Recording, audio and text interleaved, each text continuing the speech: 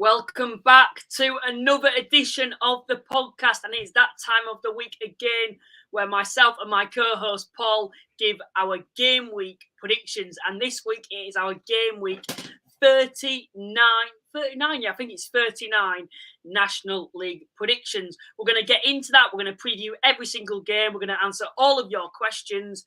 But before we do that, please remember to like and subscribe. Liking gets it out to more people as it'll come on their like software, but it'll come on their YouTube and be recommended to them. If you do like, subscribing builds the community even more. Also, remember to check out our sponsors. Link in the description. Cards accepted. You get 50% off your order on a card machine. But Paul, firstly, how are you doing? I'm sure you're a lot more happier now over the last 7 days than we were this time last week. Yeah, this time last week we'd lost away at Rochdale, and it was looking, well, not desperate, but new manager and everything else that we spoke about wasn't looking too great. But listen, 4 points, 2 away games, one against a rival down the bottom in York, and one against a good Southend team who, point deduction notwithstanding, would probably be in the playoffs. So, 4 points in 2 away games, going into an FA Trophy quarter-final on Saturday. Everything feels a little bit more confident and bubbly than it maybe did this time last week.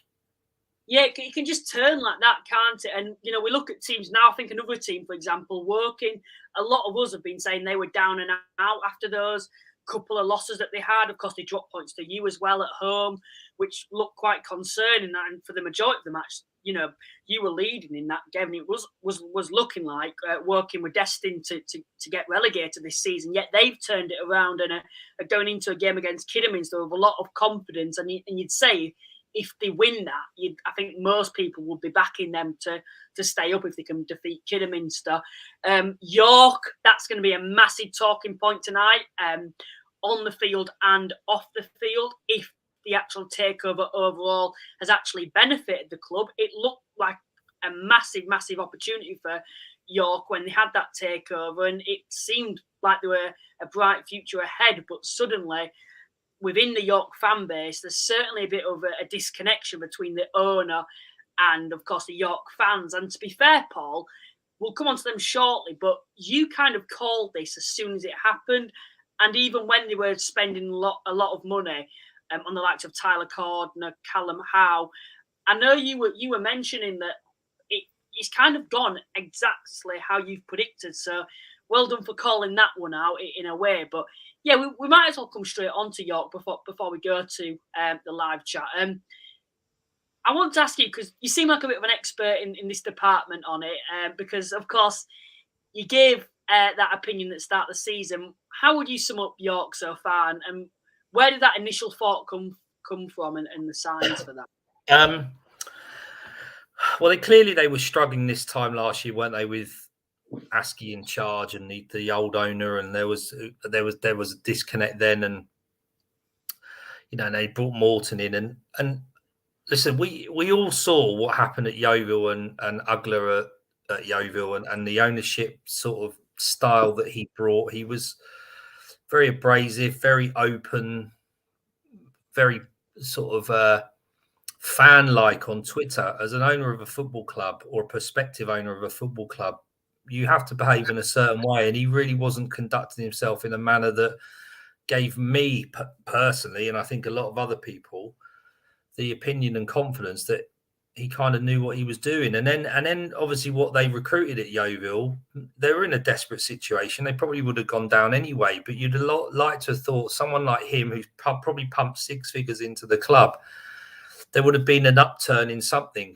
And actually it appeared that him and coming in and owning Yeovil, or prospectively owning Yeovil, because we know at the end of the day it didn't even happen, that actually they became worse. I know they appointed Mark Cooper, and I happen to know Mark on a football basis, and some of the things he would tell me and what was happening was really not conducive to a good football environment, and one that was going to cause them to get out of the trouble they were in.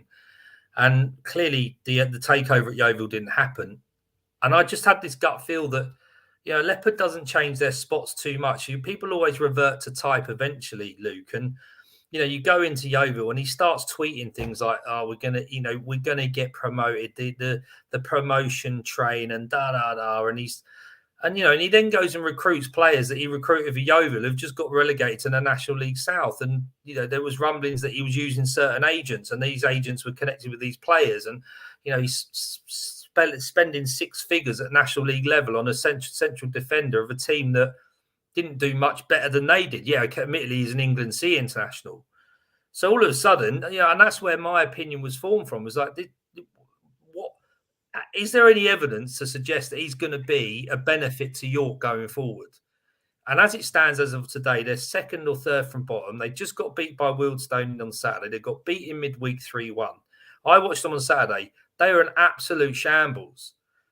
They were a shambles. For a National League side, spending the amount of money they spent with the prospects of them trying to get promoted under Ugler, they're going only one way, and that's down to the National League North. And their fans are starting to see the problems that Ugler has as an owner, and maybe being that little bit too close to the dressing room. I mean, there's a suggestion that Tyler Cordner's gone to him and moaned that he's not playing, and he's playing against Wealdstone. Now, no disrespect to Shauna Darkwa, centre forward of Wilson. He hasn't won a header all season, and he's won a header off Tyler Cordner more than once in the game. Is he the right? Should he be playing? And poor old Adam Hinchelwood's gone in there with a maverick style of football, with a load of players who can't play his style, second from bottom in the National League. He's walked into an absolute shitstorm. So I don't know what's going to happen, in the next few weeks, because they don't look like they're getting out of it. So that's where my opinion falls. And listen, I have got no problem with York. There's no reason to. It's just I've got a very strong feeling around what Matt Ugler does as an owner, and I don't think it's a positive one. To be honest, I'd have to agree with when the takeover initially happened, it felt all rosy, and a lot of York fans were saying this is what we've needed. And as everyone's aware, he's very public on social media. He's not afraid to put comments out there that are a bit controversial. We've seen the debacle with, of course, the Yeovil owner, and they're going back and forth there. It's things like that as well. As an owner, you're usually seen as quite a respectable person, and someone who's getting in arguments like that, to me, I just think there's clearly something about him that's not worked. And you look at the amount of money that he spent. We always say, is it kind of his mum and dad's money that he's kind of using, and he's wanting a bit of attention? And to be fair, it feels like that. At the start of the season, he put out a tweet saying, "Welcome abroad to the promotion train." You look at them now; they're sitting in the bottom four. They've played more games than anyone else in the division. They're on 39 points, 2 points into the relegation zone. You look at they've lost the last three matches on the bounce to fellow relegation rivals in the last two, to Fylde and Wealdstone, both at home. They've had one win in 7. It's not looking good there for York, and it's not looking like it's going to get any better. These are some of the sides they've still got to play in the remaining 8 games. They've got Altrincham away, Aldershot, Bromley, Chesterfield, Halifax. They've got Woking as well, who are down there, and they're clearly showing signs that they're going to improve. Solihull Moors away on the final day. I think out of those 8 games, I think it is 8 games that they've got left. There are actually, it's 9. I think 7 of those 9 are against sides who are in the top 9, who are fighting for the playoff places at the moment. And they're not the sort of sides that on paper you want to be playing when you're in York's position at the moment. There's clearly things going off behind the scenes. We've also seen Tyler Cordner. He was the standout centre-half, I thought, last season. Forgetting about the likes of Wrexham centre-halves from Notts Counties, he was probably the centre-half of the season last season, I thought, one of the best defenders in the division. And it looked like a massive move for him to go to York.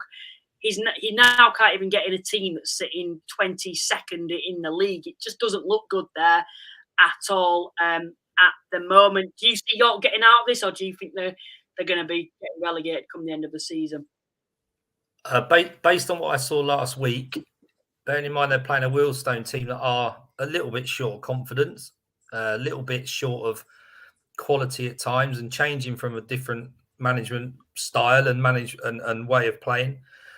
From what I saw playing them, when they're at home in front of 4,500 people and they put in a performance they did against us and then back it up with another 3-1 loss, I can't see him getting out of it, Luke. And I've always said it, I said early doors, York are going to be banging trouble. And they put up a bit of a fight, didn't they, a couple of months ago? And it looked like they were dragging themselves out of it. But now, listen, they're going to be joining Oxford going down potentially. Well, we did sort of say Woking. I mean, I think what we really got to do is almost park the relegation discussion, because every week it's going to be it's just so different, isn't it?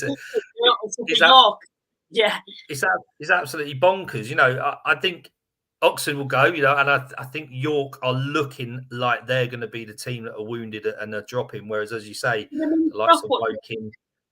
What do you think of Kidderminster? Because of course they've shown signs of improvement, and then it's kind of they're back to square one after having quite a heavy defeat in a way, as in the likes of the consequences of losing to a relegation rival in Woking, losing late on as well.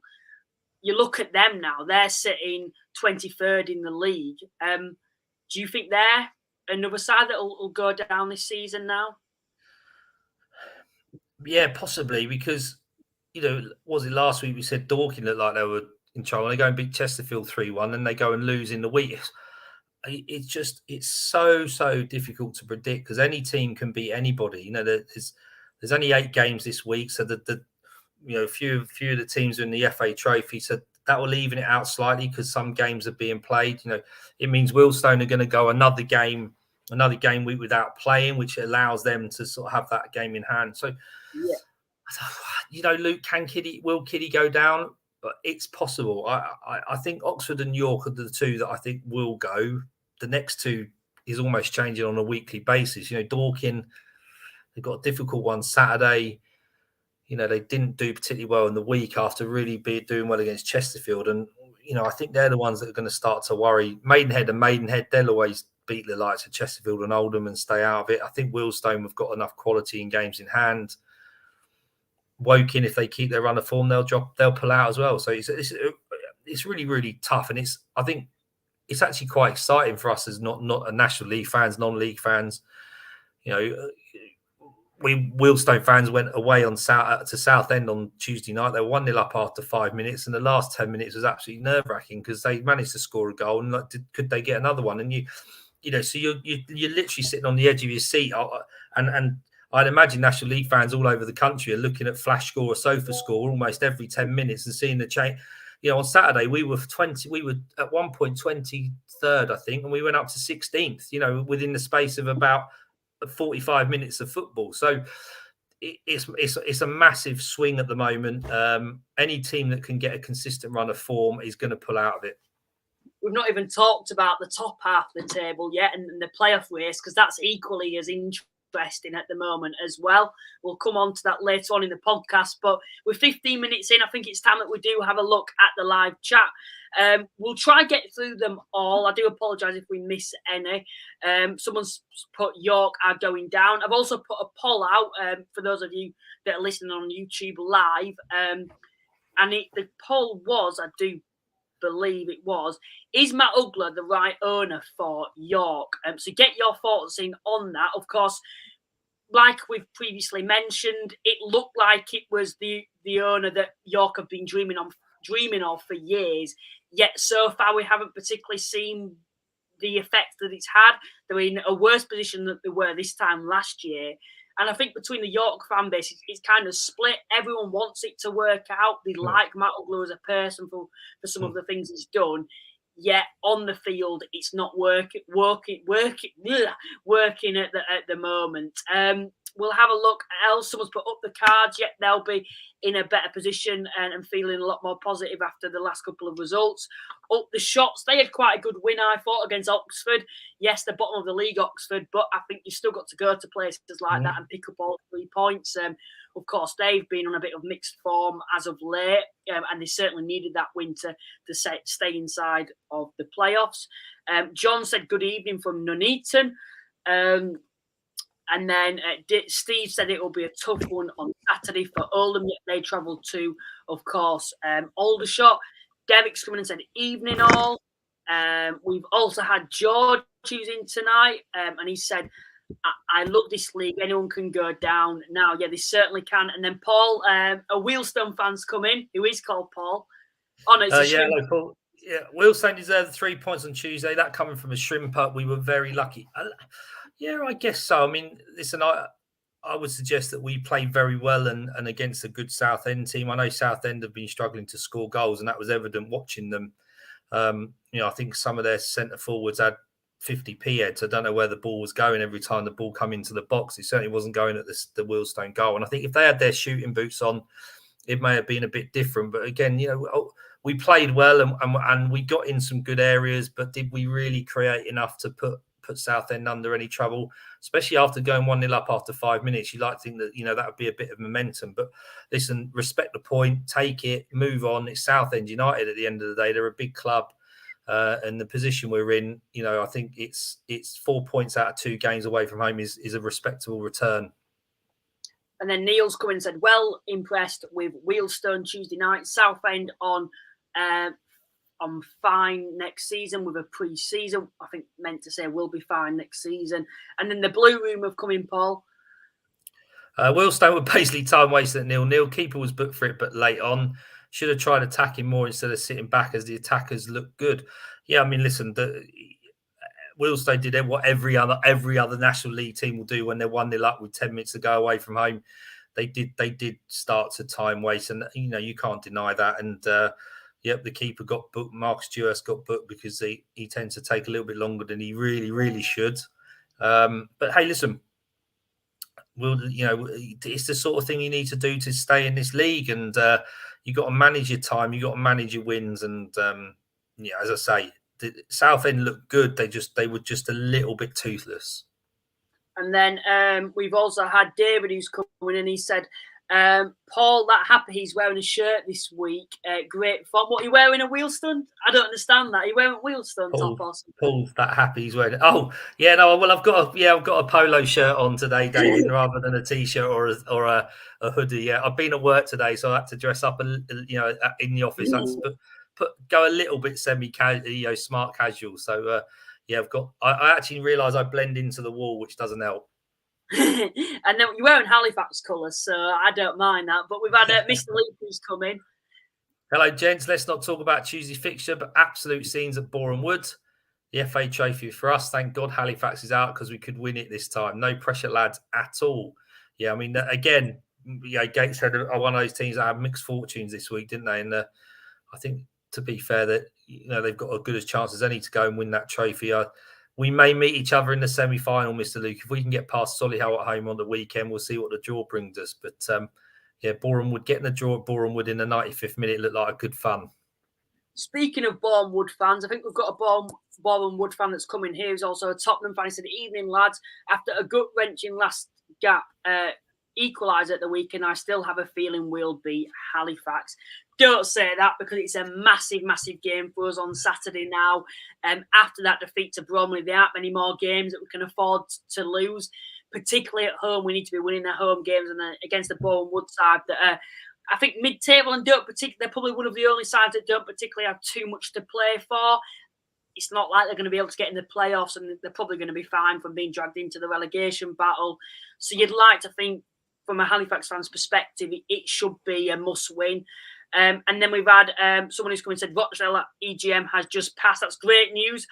We can't really give you much coverage on that, because if it's just happened, we don't particularly know much about what's been said, but that's great news for them. Stingem's come in and said, he said, evening, welcome to the stream, Stingem. And then we've also had Kelvin, I think that is, who said, hoping on Saturday it becomes 1 in 8.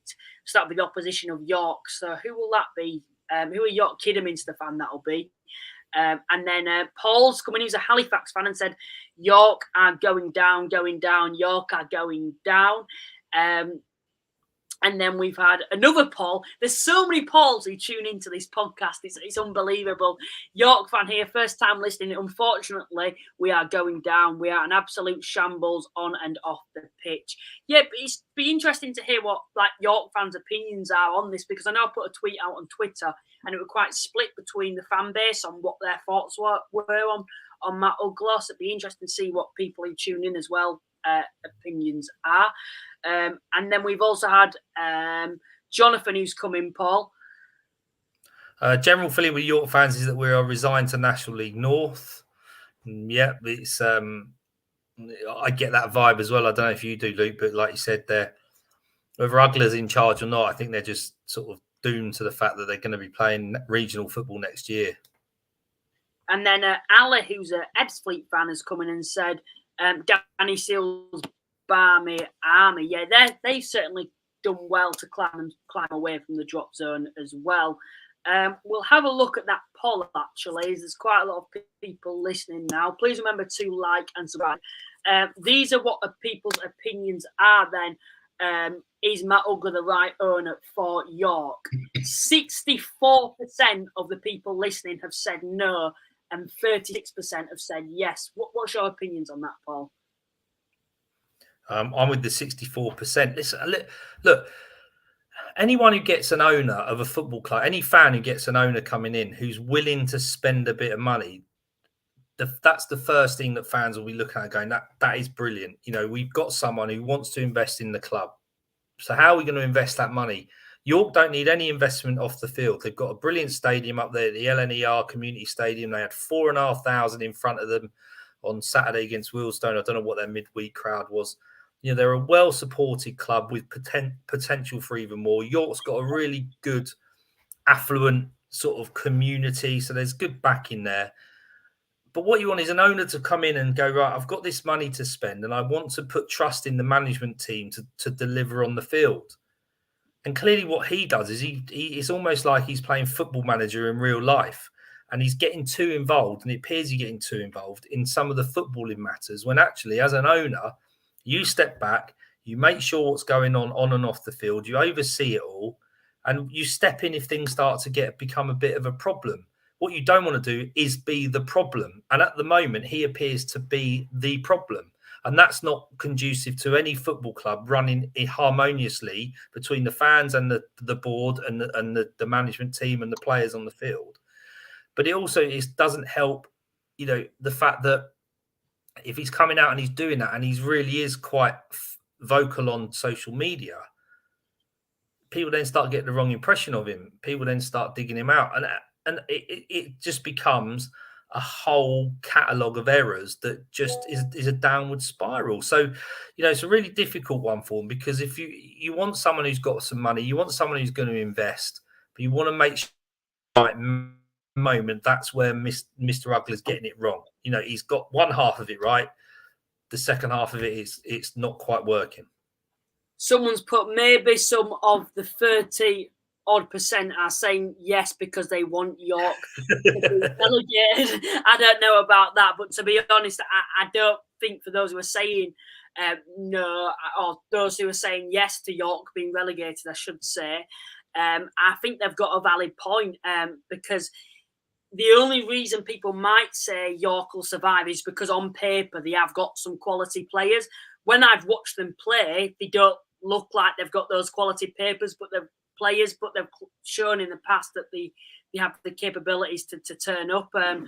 You know, they remind me of Yeovil last season. It's a bit ironic with Matt Ugler, of course, being the previous owner of Yeovil, but it's not even because of that. Yeovil were always pondering just above the relegation zone for the majority of last season. And I remember saying to you, Paul, at the time, they're drawing too many games. If they could turn those draws into wins, they could climb, shoot right up the table. And what seemed to happen as soon as I said that was they started to turn those draws into losses. And it's a bit of a similar situation with York. You know, they've rarely been in the drop zone throughout the season. They've been 16th, 17th, 18th, around there. And then we've just been saying that if they turn those draws into wins, that they could climb away from the drop zone. Yet they've kind of gone the other way, like Yeovil did, and have turned those draws into defeats. And now they're losing games and losing massive games that they can't afford to lose. And now they've dropped into that drop zone. And like I've said, with the games coming up, it doesn't. Any person would probably look at the games coming up and say they're not going to be able to survive this season with some of those games coming up. yeah, for me, it just doesn't look good at York at the moment at all.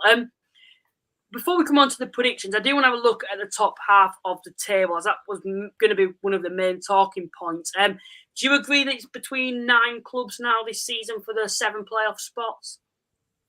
Yeah, it would be. I mean, I haven't looked at the league in detail since Tuesday night. So, again, like the bottom, it kind of fluctuates. You know, Altrincham have gone not 1 in 7, then they win the other night. Barnet have dropped a couple of points. Bromley have dropped a couple of points. Aldershot have picked back up again. Solihull are staying consistent.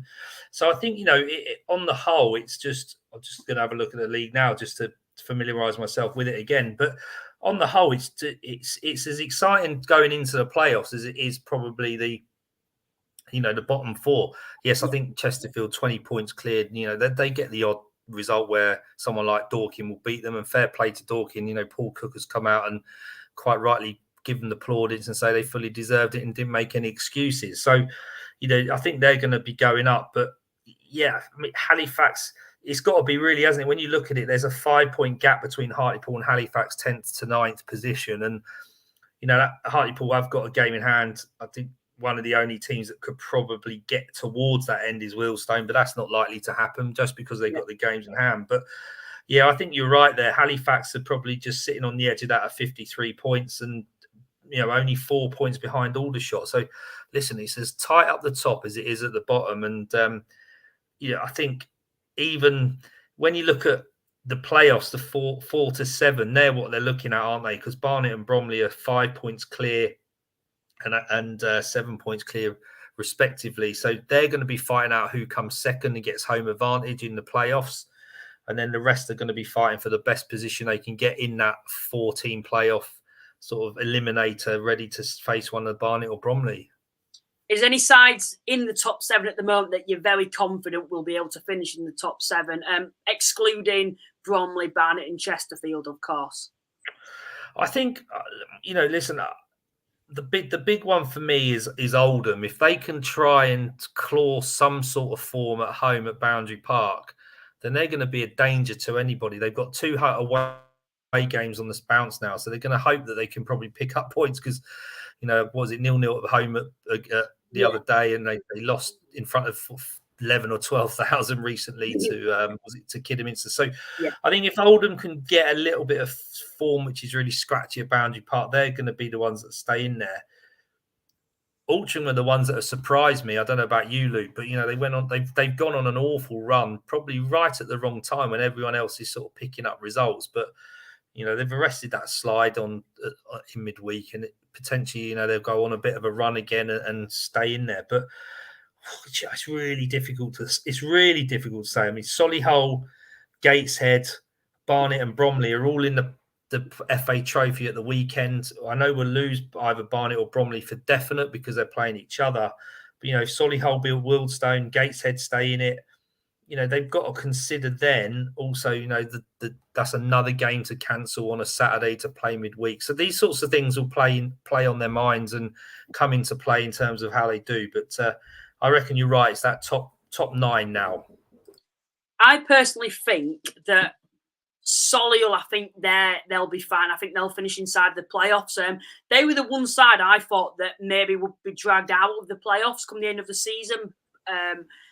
After the last couple of weeks, yet they go and defeat Gateshead, and that was a massive, massive win.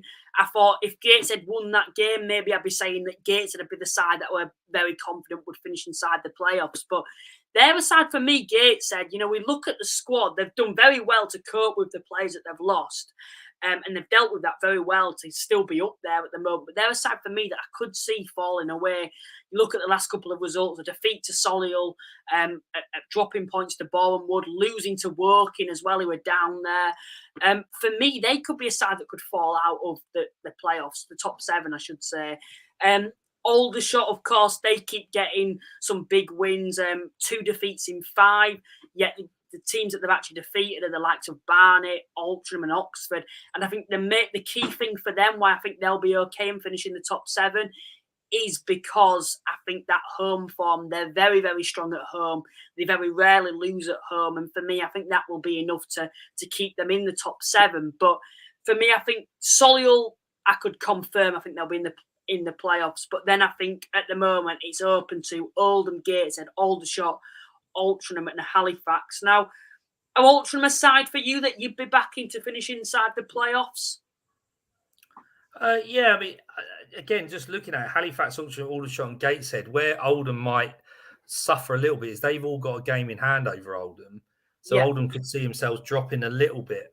I think, Altrincham have got that bit of experience. They've slowly just pushed their way forward over the last couple of years. They've had that bad run recently where it was, one in winning 7 or whatever it may be. So, I think from their point of view, they're going to have to want to look at it and say, right, we've had our bad patch. We're now going to sort of push on and for the rest of the season. But as much as it's like calling the bottom 4, Luke, it's such a difficult thing to do because, with so many Saturday, Tuesday games within a week, it can swing so much that a team gets 2 wins, a team gets 2 losses, and all of a sudden you've picked 0 to 2 points up rather than 4 to 6, and it damages your hopes of where you might want to finish. So, and obviously without analysing the fixtures too much, all these teams at some point are playing each other, and that some of those may be coming up in the next few weeks if they obviously haven't already happened. So that's going to affect where teams finish, because even this game week on Saturday, there's only 8 fixtures, but there's a couple of 6-pointers in there at both ends of the table. Yeah, this certainly is. That's something we're going to come on to very shortly. Finally, then, before we do get on to the predictions, my team, Halifax, the one area I think that might benefit them, and maybe I'm being a bit pessimistic and negative, but I wouldn't predict us to finish in the top 7. I just personally feel that our home form isn't good enough. We're not consistent enough to get into the top 7 come the end of the season. But the one area where you might back Halifax to get in the top 7 is they don't actually have to play anyone around them apart from Oldham. That's the only game where they're playing a side that are in that little mini table of sides that are trying to fight for the final playoff positions. We've got Barnet in Chesterfield, yes, but Barnet, we're not really in competition for the same playoff spots because they should be finishing 2nd or 3rd. Chesterfield, they should have hoped. I think they can actually win the title when that game's meant to be rescheduled, so that should be an interesting one. But apart from those 2 in Oldham, we've got the likes of York at home, Kidderminster, Ebbsfleet, Oxford, sides are all down there. Yes, there's the feeling potentially that they'll be fighting for their lives, and we often see towards the end of the season the tables are relevant in how on a game-to-game basis. Anyone can beat anybody in this league, especially towards the end of the season. But for me, that's the only area where I might think that Halifax could sneak in. What's your thoughts on Halifax? Because you actually did back them in your mid-season predictions to finish 7. I mean, what do they say? Goal scorers win games, defences win championships, or something sort of like that. Halifax are pretty good at defending, aren't they, Luke? They're very miserly. They don't let a lot of goals in. I think where they may come unstuck is the fact that they don't score a bundle of goals. But I think you're right. If you start to analyse every team's next 9 or 10 games, Halifax's aren't too, they're fairly favourable. I think, is it Oldham Saturday or Tuesday you have them, isn't it? So Oldham Saturday and then Oldham Tuesday. So you get that one out early doors. You still got 8 or 9 games. Chesterfield, Barnet, are they 3 hits? Have they won the league by the time they play you? Do they take their foot off the gas? So, listen, there's a lot of if buts and maybes for every team. But I think Halifax, if they're going to struggle, because they don't score goals, but they're good. They don't lose many football matches because they're good at defending. So I could see them sneaking in. I think it, again, does help if Altrincham continue their little bit of their slump and don't come out of that too quickly. And obviously, I think it also depends how Oldham do on their home form. But Aldershot are fairly consistent. Solihull are fairly consistent. So I think, you'd like to think that they'll probably push in or stay in there. And then Halifax will battle for maybe that 7th place. We'll just have a quick look at the live chat. Finally, as a few people have come in, and then we're going to get a look at doing our predictions. Tom Walker's come in and said, up the shots. Callum's come in, Paul. Just joined. Hello, Callum. Let's not talk about the talking game. Yeah, I think the players drank Mark White's generous pint donations. Yeah, I think they just got caught cold, didn't they? Early doors, Chesterfield, and Dorking got a grip of the game and sort of took advantage of the way that they play on the front foot, and Chesterfield were just probably caught out a little bit. And it's not surprising, you know, they're top of the league by a country mile. Sometimes if there's a few changes made, etc., then you just got to put your hands up and say Dorking deserved the win. And you know, if they did drink Mark's White's pint donations, fair play to them. And then we've also had Lee. He's come and said Oldham need another season in this league. They are not good enough to go up. Part of me actually agrees with that, although I kind of have a feeling in the playoffs with a big crowd behind them, I have a feeling that maybe they'll be that dark horse, especially because it's unlikely they're going to finish second or third now. Still a possibility, of course, but of course they'll play at home, but then going away, we know that they're better away, and they are kind of that bit of a dark horse like Grimsby were in the playoffs. So potentially, but then again, actually look at how inconsistent they are overall. And I think maybe you're right saying that they need another season in this league. And then Sam's coming, Paul.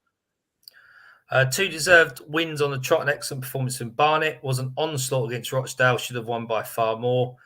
Big improvement defensively. Adam Thompson has been a revelation. Yeah, I mean, I saw Barnet play Wealdstone, and apart from the fact that we scored in the 97th minute to get an equaliser, Barnet played us off the park, and they looked very impressive. And Adam Thompson was very much part of that. He looked impressive. I know he's on loan from Leyton Orient, and I had a quick chat a few weeks ago with the old Wealdstone goalie, who's down at Leyton Orient, and his name escapes me. Sam Howes. Sam Howes. Spoke to Sam, and Sam said, he's a quality footballer. He's been injured. He needs games, and Barnet had given him that. And to be fair to him, he did look impressive. And I think Dean Brennan's Achilles heel, having had him as a manager at Wealdstone, especially in the National League, was defensively. He was a little bit probably gung ho and a little bit slack. And having lost John Dreyer as an assistant manager who was defensively minded, that was the position he played in the Football League. I think some of the Premier League games, as to be able to sort of still be good defensively, that's credit to Dean Brennan and Connor Smith and their team. And listen, they're a good National League team. I said last year that they were improving. They were probably the most improved last year, and they've kept on that ilk. And fair play to them. I think they deserve where they are, because they are a good National League team, and they're very well rounded for this sort of level. He down with podcaster in and said, "Hello lads, Luke, when are you going back to the barbers to get that cut finished?" What are you trying to say? I'm trying to grow my hair out, as everyone are probably aware of. And he said, "Hope you are well, lads." Yeah, we are well. Thank you for tuning in once again. Not so thankful for your comment on my hair. And then my mate is in and he said, "Now then, Walsh lad, thanks for tuning in." He's a Huddersfield fan, so we don't need to give him much attention. Only joking. And then Rochdale fans come in and said, "Hi, have you talked about Rochdale?" I have just had a look online, and someone mentioned it earlier. It has been announced that the takeover has been completed. Everything's passed. Of course, they do the tests. Of course, we've seen in the past how effective they are. They've not always feels like that they're actually good tests. But I think at the end of the day, it's good to see that Rochdale have got that takeover after the news and the speculation about them heading into administration and liquidation in the last couple of weeks. Paul, how beneficial do you reckon this could be for Rochdale in the future? I mean, it's huge, isn't it? You've only got to look at Southend this season. Now they've got an owner or a prospective owner, and debts are cleared, and everyone can sort of take a big breath, a sigh of relief, and sort of say, right, what can we do from next season? And it's a similar thing to Rochdale. We saw it didn't happen to Scunthorpe last year, and Yeovil, it's happened to them too late. So it's good that they managed to get it sorted out. It's clearly a big football club. I know it's on the fringes of Manchester, and they're battling for the likes of United and City and what have you. So there's a lot of football in that northwest area. So it's vital to that small community in Rochdale that they survive, and they are looking like they're going to, and they're going to stay in the National League, because it would have been disastrous for them to drop into that regional football in the National League North. I saw them play against Wealdstone the other night, and they beat us fairly convincingly. And they look solid and decent enough at the level they're at the moment. You know, I think if they get a new owner in with what they've got to offer in terms of maybe the training ground facilities and the stadium, it may be getting on a bit, it may be old, but actually it's still a professional setup. So you'd like to think they're going to attract the attention of some half decent players for next season. And if they can obviously spend a bit of cash because they've now got an owner, I think they could be a bit of a threat next year. They've just got to get through this year, do as well as they can, and take it from there. Right, we're going to get on with the predictions then. We'll have a quick look at the league table before we do that. I'm going to actually get our predictions league scores up for you guys to see.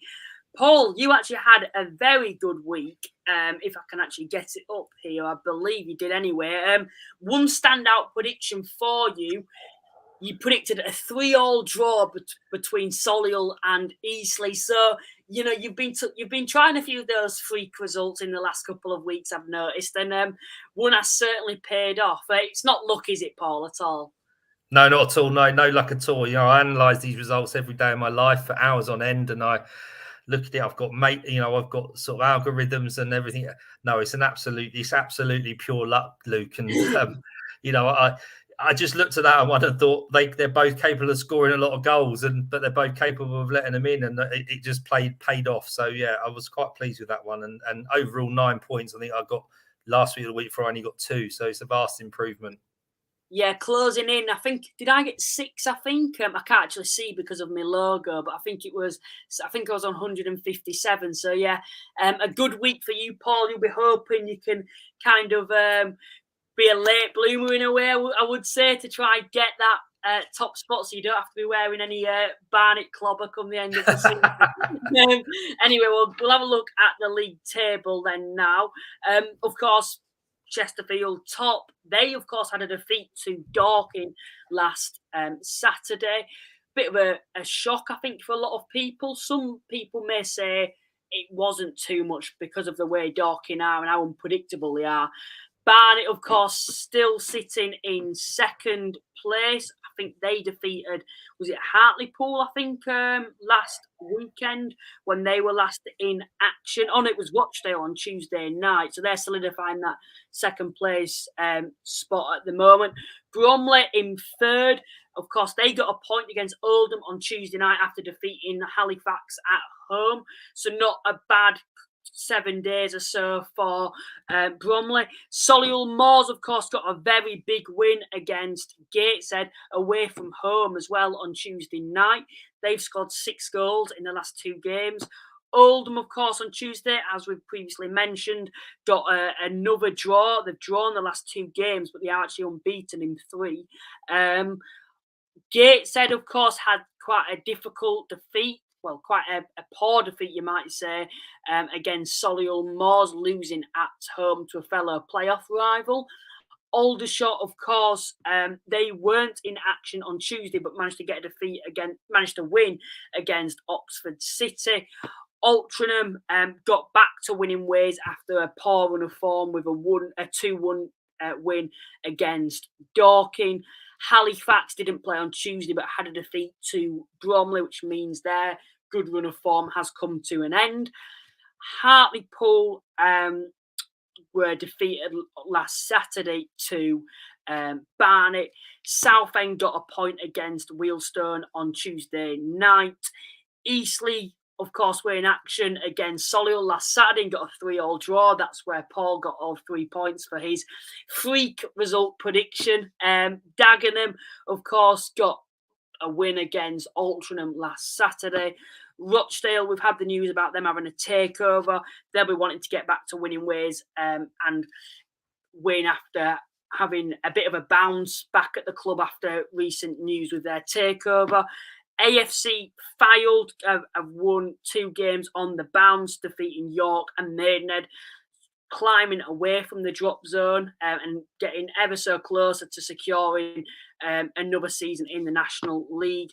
Boreham Wood got a late equaliser against Gateshead on Tuesday. Ebbsfleet were last in action on Saturday, defeating Rochdale. Wheelstone, of course, got a point against Southend on Tuesday night after a win against York. Woking got a very big win on Tuesday against Kidderminster. And then you've got Dorking, York, Kidderminster and Oxford who make up the bottom four at this moment in time. Now, we'll get on with the predictions now. The first game that we're going to be predicting, Aldershot versus Oldham. You may say this is the game of the game week. Two sides inside the playoffs at the moment. Maybe by 5 o'clock, one of them will drop out. What's your take on this game, Paul?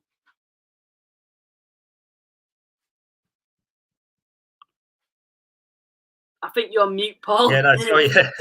I put it on mute because I didn't want the our little dogs to sort of annoy everyone in the background. But I could potentially see this being quite high scoring. You know, both teams are capable of scoring goals, and Aldershot particularly can be defensively naive. So I have gone the fact that Oldham are away and Aldershot, although are decent enough at home, I've gone with an Oldham 3-2 win. So I think this is probably my freak score result or score prediction rather of the week. But Aldershot 2, Oldham 3. I could just see that there'll be a few goals in this. And I think others have predicted a similar thing. I've gone for a 1-1 draw. It's quite a hard game to call this. Aldershot have the 4th best home record and Oldham have the 3rd best away record. For me, I'm going to go for a 1-1 draw. It's a hard one to call this. Oldham actually have a very good record against Aldershot. Since they've been relegated to the National League, they haven't actually been defeated to the Shots. We'll move on to the next game then now. We are on to Altrincham versus Woking. This is a massive 6-pointer for both sides, but for different reasons. Woking, of course, it's to get away from the drop zone. For Altrincham, it's to climb back into the top 7.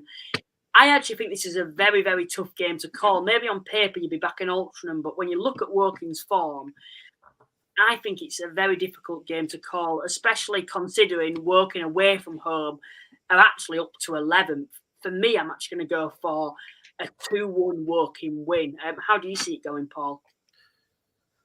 Woking are going to go there with a lot of confidence. Looking at Altringham's recent record, they're going to think, actually, let's try and play on that. And Woking have got that sort of a little bit of form back themselves, but I just can't see it, Luke. I think Altrincham, like you said, they've got a lot to cling on to here. They're on the coattails of the top 7 and the playoffs, and they're going to fancy their chances. They've been in and around that spot the whole season. They don't want to let it slip now, and they've got to look at this and think, Woking are down there. They're going to want the points, but it's a game that we need to win. We're at home. We should win, and I think they will win. I think they'll win 2-0.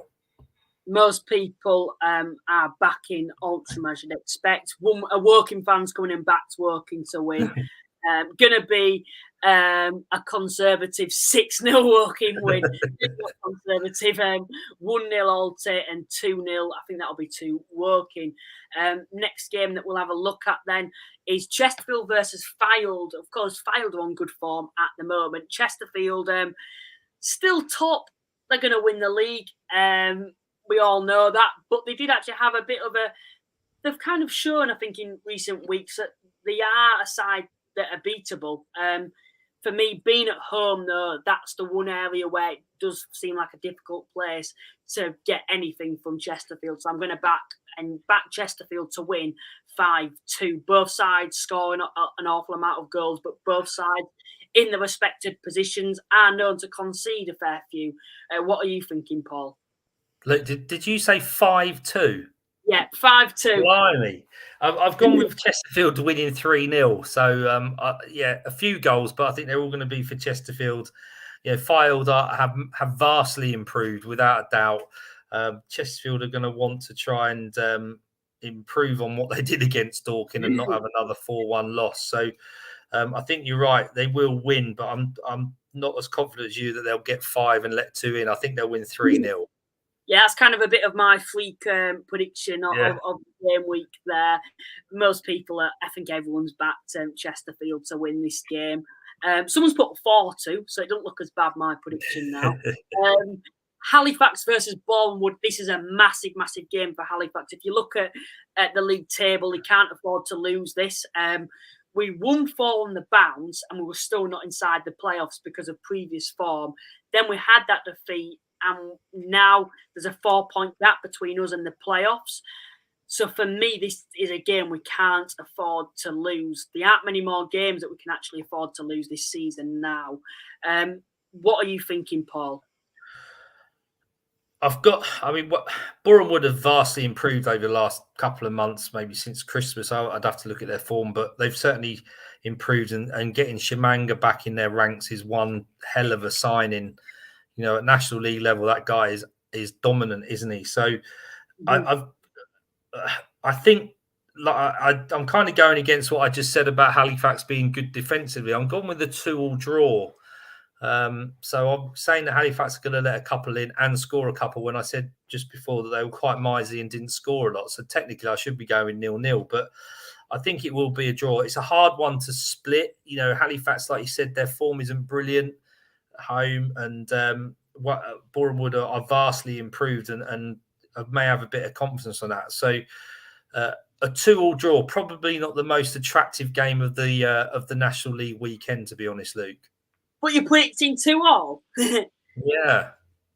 It's an interesting one, that. To be fair, we are, when you say that, you know, we don't concede many, and I can see why you have gone for 2-2, because to be fair, in 2024, we are actually been known to concede a fair amount of goals. You know, we conceded 2-2, of course, last week to Bromley. Fylde, we've conceded a few to.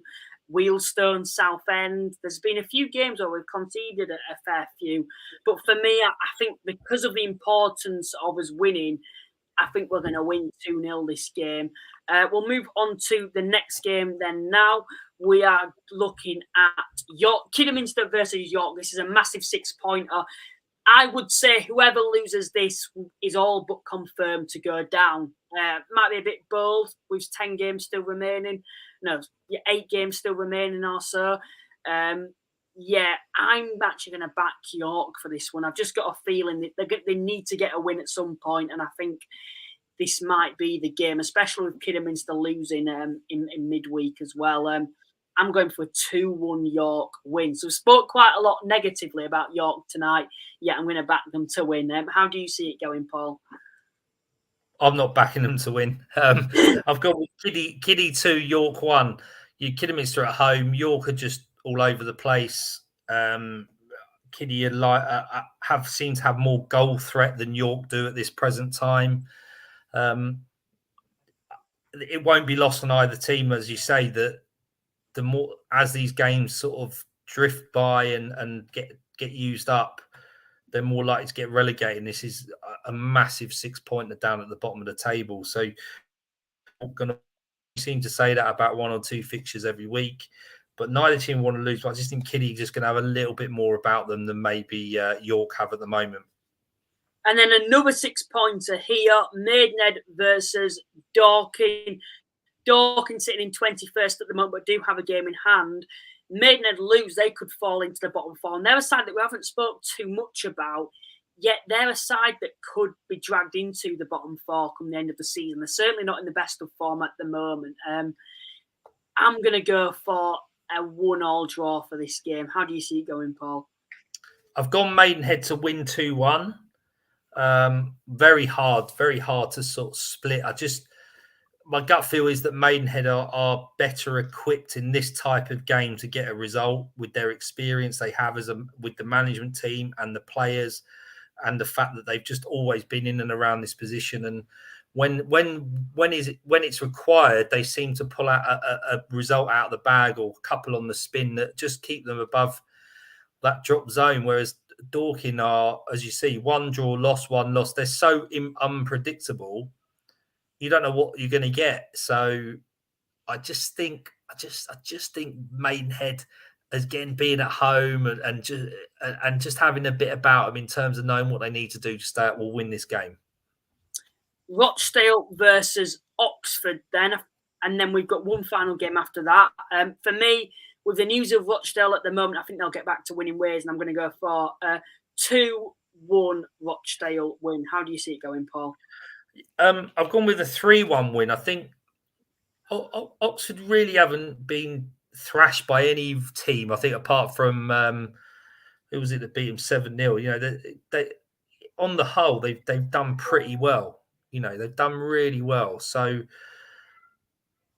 although they're going down, they've got to be pleased with maybe what they've done. I just can't see them getting many more points this season. And Rochdale are going to be buoyed by the EGM tonight. The prospective new owners, they've picked up a couple of results in the last 5, you know, after that uncertainty. So I reckon that they'll win 3-1. Final game then, I believe it is Southend versus Dagenham. This is, I think, going to be televised, and it's at 5:30. A bit of a derby. I think the Essex derby. They're both Essex, aren't they? I believe. That's it. Yeah, it's as close as a derby they'll probably get for each other. So yeah, it's like East London. Dagenham is in East London, sort of Essex border, and Southend are Essex. So yeah, it's as close as a derby, that Essex derby for definite. And 5:30 kick-off. A few of the supporters are going to be in the pub a bit longer. It could be quite a lively one. Yeah, it certainly will be. What are you thinking then, Paul? Do you think it'll live up to the expectation? I don't think so. Like, I saw Southend on Tuesday, and I know, looking at Southend fans and their sort of Twitter feeds over the last week, they're doing okay, and they've done very, very well this season. You've got to take your hats off to them. What they've been through and how they've managed to sort of stay sort of positive and buoyant and get results, especially when they only had 11, 12, 13 players, is quite remarkable. So they're just struggling a little bit at the moment to string any sort of goals together. I mean, their form's pretty good, not lost in 5. And Dagenham's form has improved. You know, 1 loss in the last 5. So I've gone with a 1-1 draw. I think it's going to be a war of attrition. Neither team are deadly in front of goal. I know it was Dagenham who beat Oxford sort of by 7, wasn't it? But neither are really consistently deadly in front of goal. So an archetypal National League. I think that's probably your archetypal National League game for the week. And I'm going to go with a 1-1 draw. I'm actually going to agree with you. Neil Dagenham 10, someone's put.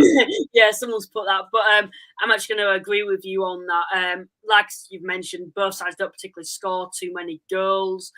Both sides in similar positions in the league. Maybe Southend fans are a little optimistic. I don't know if it'd be unrealistic, you might say. Might still have a slight feeling they can sneak into the playoffs this season. With the form, they certainly can, but I just don't think with the points deduction, I just don't think they'll be able to get into the playoffs. But for me, I'm going to go for a 1-1 draw. That's just got me thinking, before we bring things to a close, Paul, you look at Everton getting their points back this week. Do you think Southend should get their points back? It's a different...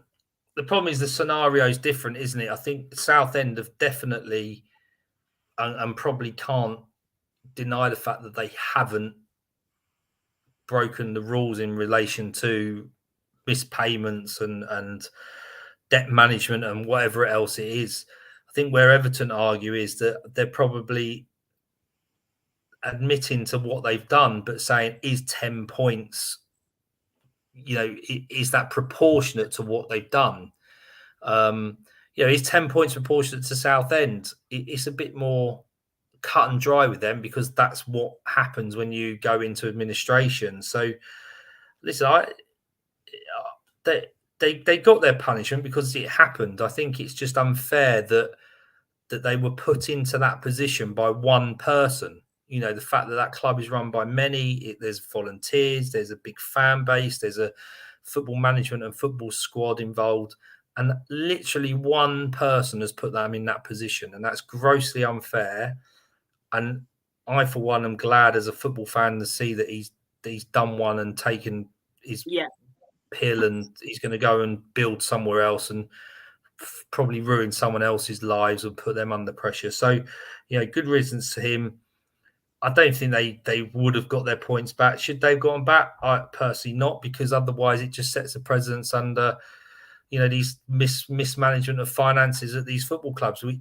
People need to be taught a lesson. It's a hard one to take, but it just makes the likes of Rochdale think we need to find an owner. Makes the likes of York think we need to find an owner. You know, Scunthorpe in National League North are under a similar situation with their new owner only this season. So, listen, the management of football clubs at board level needs to be better. The EFL, the fit for purpose tests, whatever you call them, they're not robust enough. They let charlatans in. They let those in that talk a good game but don't actually follow it up with anything. And you know, if it puts people off because they see clubs getting point deductions, then so be it. You know, that's nothing against Southend, and I feel for their fans and their management and their players that one individual is putting them in that situation. I think for me, obviously as a Halifax fan, I wouldn't want them to get the points back because it would mean there'd be less chance of us getting in the playoffs from a selfish perspective. But I just think in the first place, it should never have happened, the points deduction. And I don't blame the National League particularly for that. I think they were quite lenient over the situation. You know, there were times where this is your last chance and then they gave them another chance. And of course, this isn't the fans or the players' faults. It was one man that destroyed the club. Well, looking like he was going to destroy the club until it was saved.